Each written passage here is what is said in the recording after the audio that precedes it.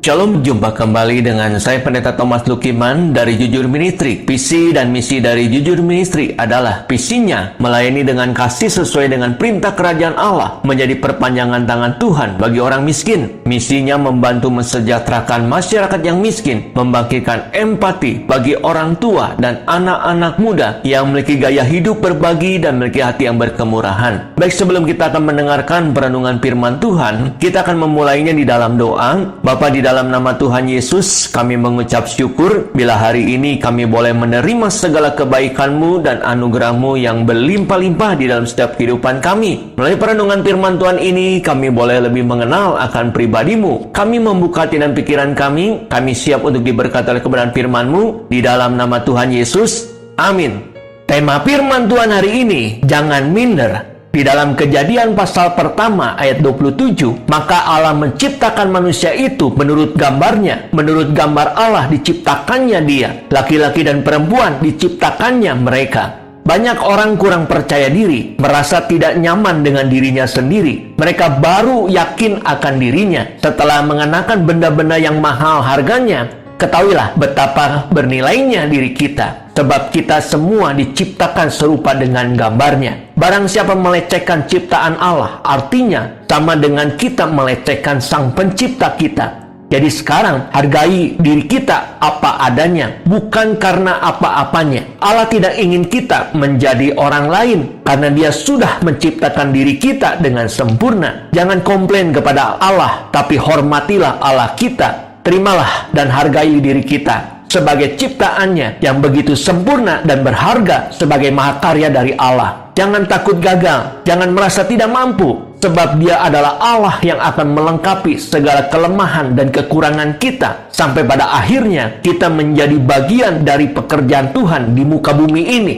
Saat orang berbicara buruk mengenai kita, padahal kita tidak pernah mengusik kehidupan mereka, itu adalah tanda bahwa kehidupan kita sebenarnya lebih indah dari mereka. Sebagai orang yang hidup berdampingan dengan orang lain, tentunya kita tidak akan lepas dari omongan orang, baik yang secara langsung kita dengar atau dari orang lain yang membicarakan kita dari belakang. Hal seperti ini lumrah terjadi dalam kehidupan sosial. Pasti ada saja orang yang menjadikan kita sebagai topik perbincangannya. Memang omongan yang buruk yang sering kita dengar bikin hati dan perasaan kita tidak enak, dan kadang-kadang kita ingin membalasnya. Di dalam Roma pasal yang ke-12 ayat yang 17, janganlah membalas kejahatan dengan kejahatan, lakukanlah apa yang baik bagi semua orang. Jangan terbawa emosi, karena sebagai pengikut Kristus, kita harus menenangkan perasaan dan pikiran yang buruk. Dengan demikian, segala keinginan untuk membalas akan hilang lenyap dengan sendirinya. Jangan membalas dengan melakukan hal yang sama. Hal ini akan menimbulkan pertengkaran yang tidak berujung dan bisa merugikan diri kita sendiri. Kita akan lelah, apalagi kita terus meladeni orang-orang seperti ini. Saat orang berbicara dengan nada iri mengenai kita, itu tandanya bahwa kita sudah jauh lebih baik daripada mereka. Di dalam Mazmur pasal 37 ayat pertama dan 2 dari Daud, jangan marah karena orang yang berbuat jahat. Jangan iri hati kepada orang yang berbuat curang, sebab mereka segera lisut seperti rumput dan layu seperti tumbuh-tumbuhan hijau. Iri hati biasanya berakar pada cinta kepada dirinya sendiri yang tidak sehat dan tidak ada keikhlasan untuk menerima dirinya sendiri. Itu sebabnya mereka yang memelihara iri hati akan lisut atau mengecil dan layu, tidak bisa bertumbuh dan berkembang dalam hidupnya, karena hatinya tidak pernah bisa melihat kesempatan dan peluang yang ada. Iri hati adalah rasa sakit saat melihat nasib baik orang lain, menjadi salah satu penyebab hilangnya kebahagiaan dalam hidup, yang merongrong tubuh dan jiwa, yang mengacaukan rancangan Tuhan atas hidup kita. Iri hati itu sangat jahat, sangat berbahaya dan merusak hidup kita. Pikiran menjadi dangkal, tubuh jadi sakit-sakitan, kita akan kehilangan akal sehat dan bodoh karenanya. Jadi buanglah jauh-jauh perasaan iri hati. Bercerminlah pada keadaan kita saat ini. Bertobatlah secepatnya, jangan tunggu besok hari. Sebab besok hari kita akan melihat hasil yang jauh lebih baik daripada hari ini. Alkitab mengingatkan kita bahwa tidak semua rasa iri hati atau cemburu itu negatif. Jika kita bisa menghargai dan menghormati keberhasilan orang lain dengan rasa kagum, lalu kita bercita-cita ingin seperti mereka, hal ini akan meningkatkan motivasi diri kita sambil melakukan segala sesuatu dengan lebih baik lagi, bekerja lebih baik lagi, melayani lebih baik lagi, dengan tidak merusak posisi orang lain. Niscaya hidup kita akan terasa lebih indah. Kita berhasil bukan di atas penderitaan orang lain, tapi maju bersama bagi kemuliaan nama Tuhan. Saat orang berbicara lalu merendahkan diri kita, itu tandanya bahwa kita sudah berada di tempat yang lebih tinggi dari orang tersebut. Di dalam Mazmur pasal 101 ayat 5, orang yang sembunyi-sembunyi mengumpat temannya, dia akan kubinasakan. Orang yang sombong dan tinggi hati, aku tidak suka. Gak gampang memang untuk bersikap cuek ketika ada orang yang meremehkan atau merendahkan diri kita. Kadang kita merasa sebal, marah, atau kehilangan percaya diri. Sesungguhnya, segala cemooh, hinaan, bahkan hujatan Tuhan izinkan terjadi dalam hidup ini sebagai lecutan agar kita menjadi lebih kuat bertahan untuk terus maju mencapai segala tujuan dan impian kita. Apa yang kita yakini dalam diri kita akan membentuk opini dan perilaku kita. Jika kita melihat dunia dalam kacamata yang buruk, maka buruklah keadaan kita. Sebaliknya, jika kita melihat dalam kacamata yang indah, maka semuanya akan menjadi indah. Bersyukurlah dan memuji diri atas segala hasil yang telah kita lakukan akan pengaruh pada hasil berikutnya.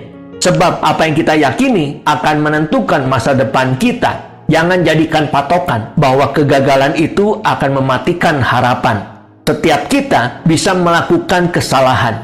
Jadikan kesalahan sebagai dasar untuk melakukan yang lebih baik lagi. Di dalam 1 Korintus pasal 16 ayat 9, sebab di sini banyak kesempatan bagiku untuk mengerjakan pekerjaan yang besar dan penting, sekalipun ada banyak penentang.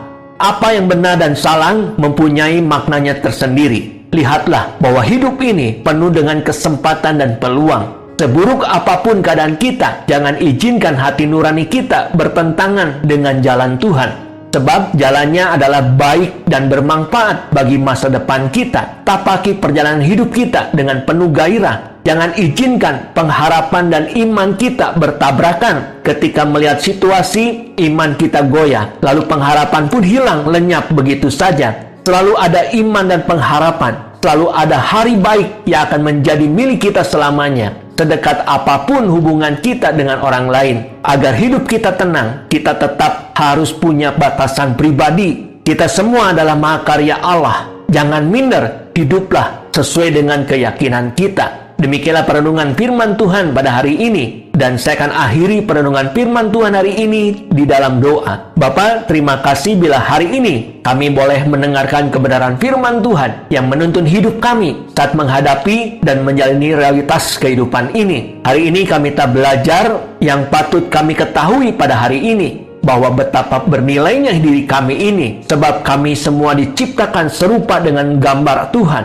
Bila saat ini kami melecehkan ciptaan Allah, artinya sama dengan kami melecehkan Sang Pencipta kami. Karena Engkau sudah menciptakan diri kami dengan sempurna. Oleh karena itu, kami tidak takut gagal. Kami pasti bisa melakukan banyak hal dalam hidup kami. Sebab Allah yang akan melengkapi segala kelemahan dan kekurangan kami. Sampai pada akhirnya kami menjadi bagian dari pekerjaan Tuhan di muka bumi ini. Kami semua adalah mahakarya Allah. Oleh karena itu kami tidak akan minder lagi, tapi kami akan percaya diri. Karena Tuhan yang menopang hidup kami, karena Tuhan yang menyertai hidup kami, karena Tuhan yang memberkati hidup kami. Materaikan firman-Mu dalam setiap hati kami, agar kami menjadi pelaku-pelaku firman Tuhan yang hidup. Di dalam nama Tuhan Yesus kami berdoa dan ucap syukur. Amin.